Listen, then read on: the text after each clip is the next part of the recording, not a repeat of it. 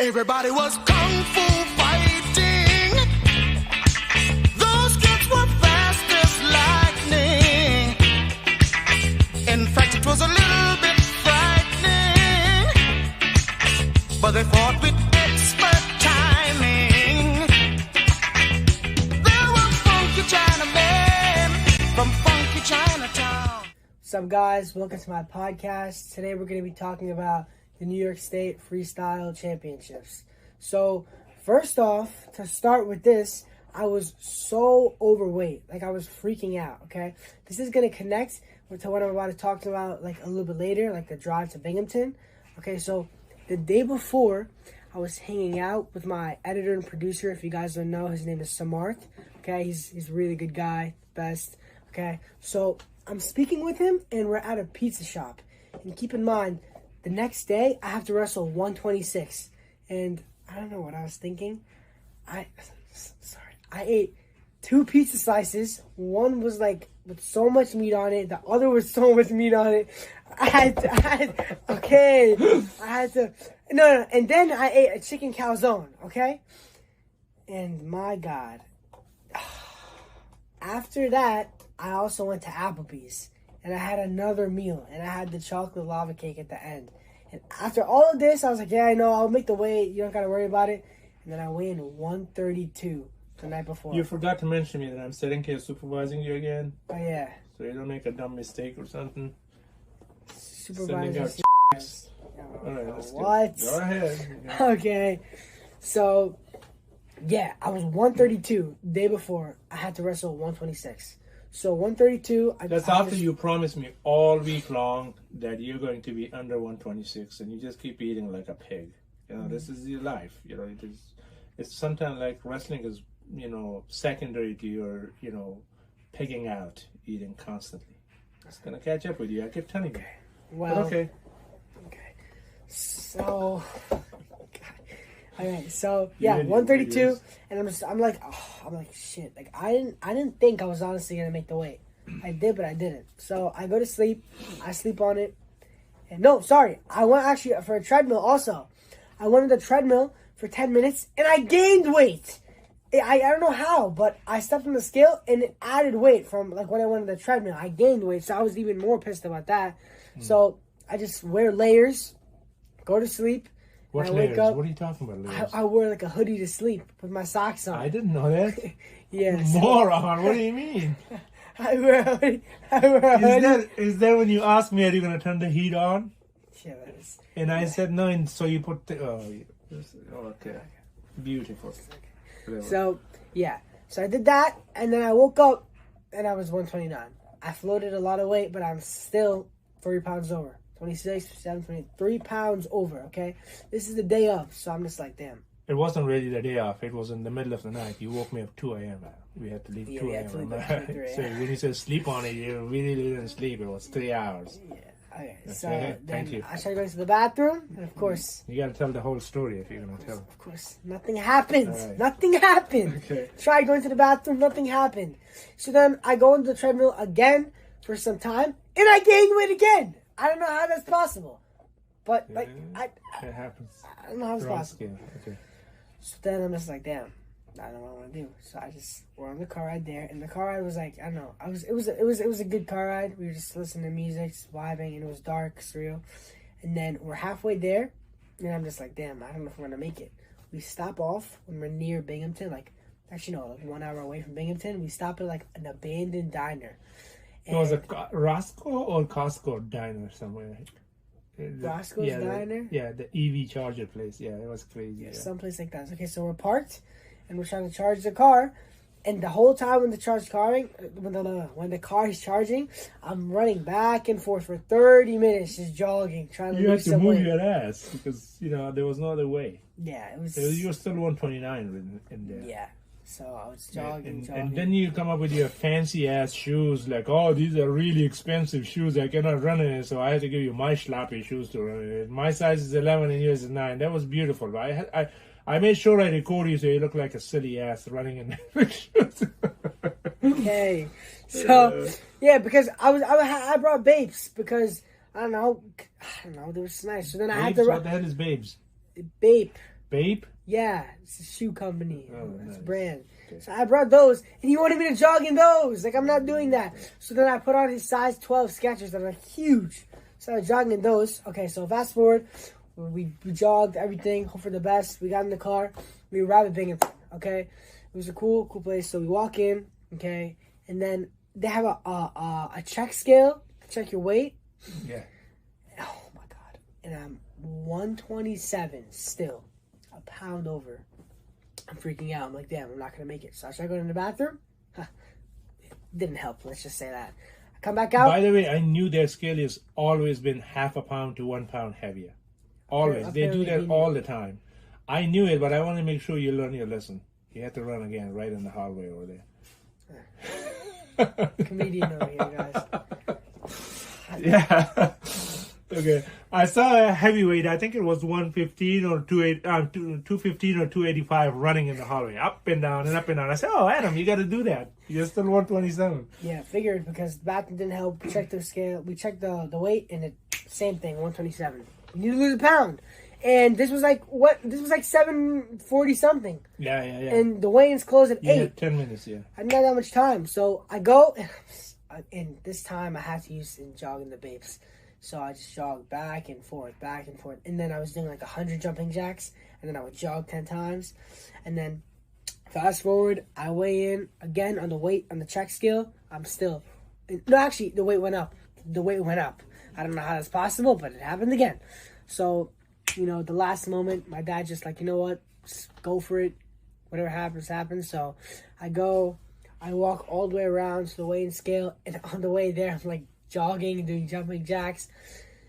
So I go, I'm like, yeah, I gave my USA Wrestling card. I step on the scale, 126.0 flat. I make it. I don't know how that's possible, but I make it. I was a pound over on the check scale. And the guy literally said, wow, 126 flat, 126.0. You couldn't have a better weight than that. And I was like, dang. Moving on to the matches. Okay, so I had my first match. I came in aggressive, confident. I was going for it. I got the first takedown like always. And long story short, it's going to get to the point I got teched. Listen, that guy was a state qualifier. That was an amazing kid. Okay, I checked his record, and I was worried about it, but you had to do your thing, and you didn't do it. Okay, you got to be like JPP. You know how cool a cat he was all day long. So it happens, but you got to be ready for it. Yeah, I don't know. I think the guy was like the 8th seed in states, but it doesn't matter. It's just, I got the first takedown. It's just I don't know.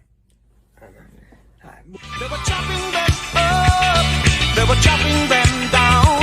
It's an ancient Chinese art, and everybody knew their part. From a fainting to a slip, and a kicking from the hip. Everybody was kung fu fighting. Those kids were fast as lightning. In fact, it was a little bit frightening. Yeah. But they fought with expert timing. There was Funky Billy Chin and Little Sammy Chung. He said, here comes the big boss. Let's get it on. We took the bow and made a stand. Started swaying with the hand. Sudden motion made me skip. Now we're into a brand new trip. Everybody was kung fu fighting.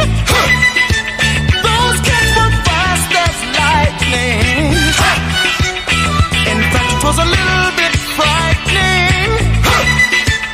But they did it with expert timing. Oh yeah.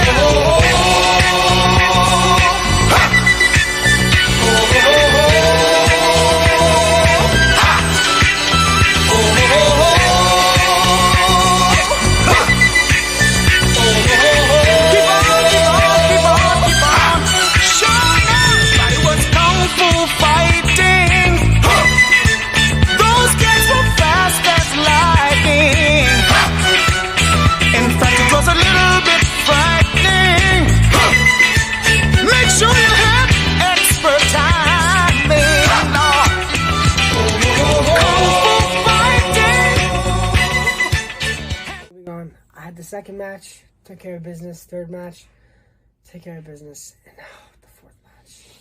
I was 2-1 going to this, okay? So it was the fourth match. I got my coaches on my side. I was hyped up. Some guys were getting hyped up. I was ready, pumped up. I was slapping myself. I was ready. I jump in and I'm winning. I get the first takedown. I always get the first takedown, okay?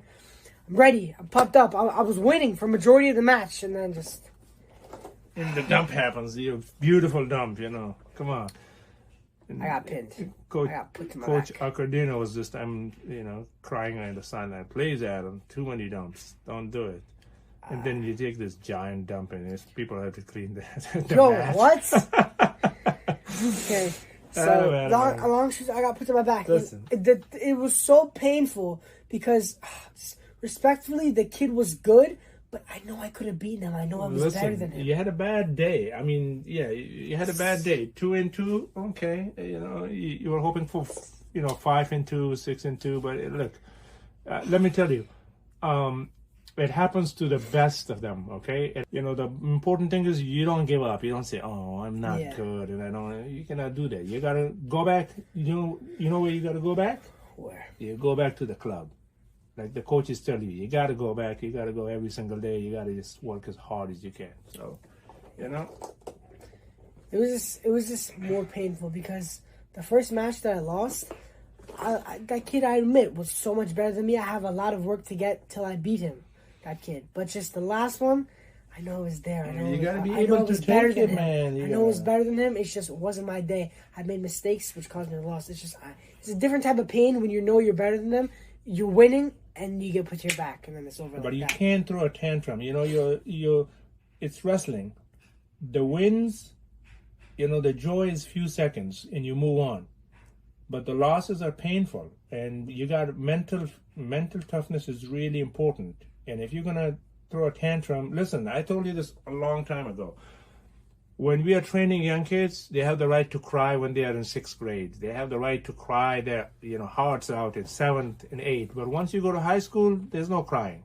You got to be able to deal with it.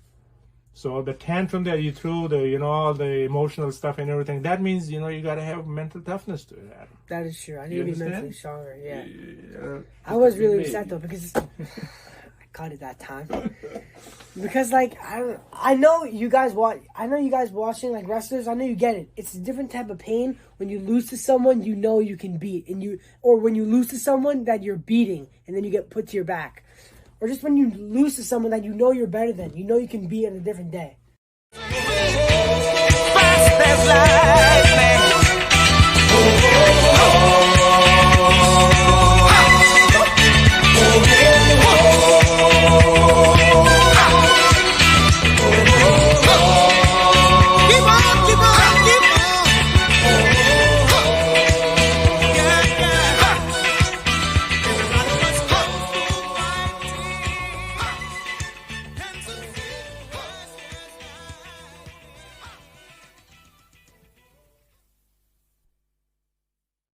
Any final thoughts or message?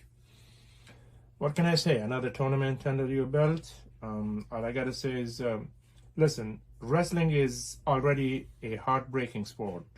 Don't complicate it by stressing, anxiety, and pressure. Have fun and make beautiful memories during your journey.